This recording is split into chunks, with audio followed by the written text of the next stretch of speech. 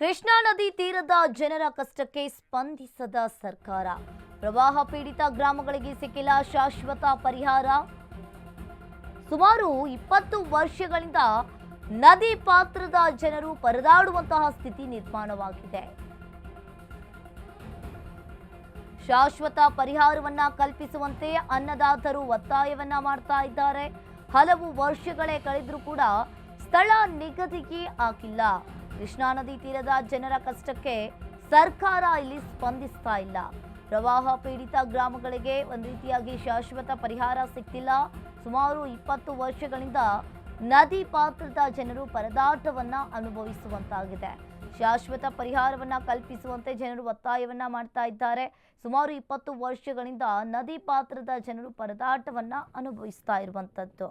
ಇನ್ನು ಕೃಷ್ಣಾ ನದಿ ತೀರದ ಜನರ ಕಷ್ಟಕ್ಕೆ ಸ್ಪಂದಿಸದ ಸರ್ಕಾರ.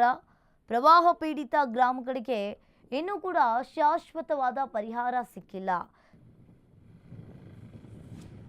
ಎಲ್ಲ ಗ್ರಾಮಗಳ ಸಮಸ್ಯೆ ಏನಪ್ಪಾ ಅಂದ್ರೆ ಈ ಕೆಲವೊಂದು ಹಳ್ಳಿಗೆ ಈ ಕಡೆ ಪೂರ್ವ ಭಾಗಕ್ಕೆ RC ಸೆಂಟರ್ ಅಂತೇಳಿ ಸರ್ಕಾರ ತೋರಿಸೈತಿ, ಇನ್ನೂ ಹಕ್ಕುಪತ್ರ ಕೊಟ್ಟಿಲ್ಲ. ಮುಂದೆ ಅವ್ರಿಗೆ ಹೋಗಿ ಜಾಗ ಇರಂತ ಕೊಟ್ಟಿಲ್ಲ.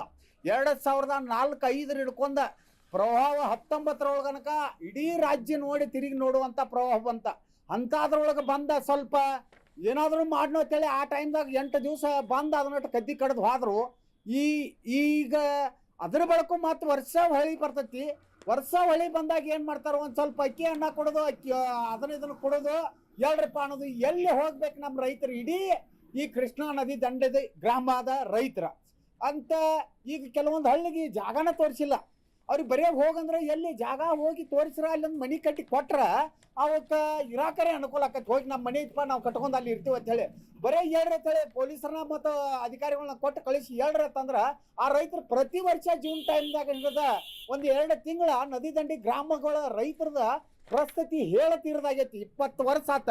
20 ವರ್ಷ ಆಯ್ತು. ನಾವೆಲ್ಲ ಎಷ್ಟು ಮಂದಿ CM ಗಳಾದ್ರಂದ್ರೆ ಒಂದು 4-5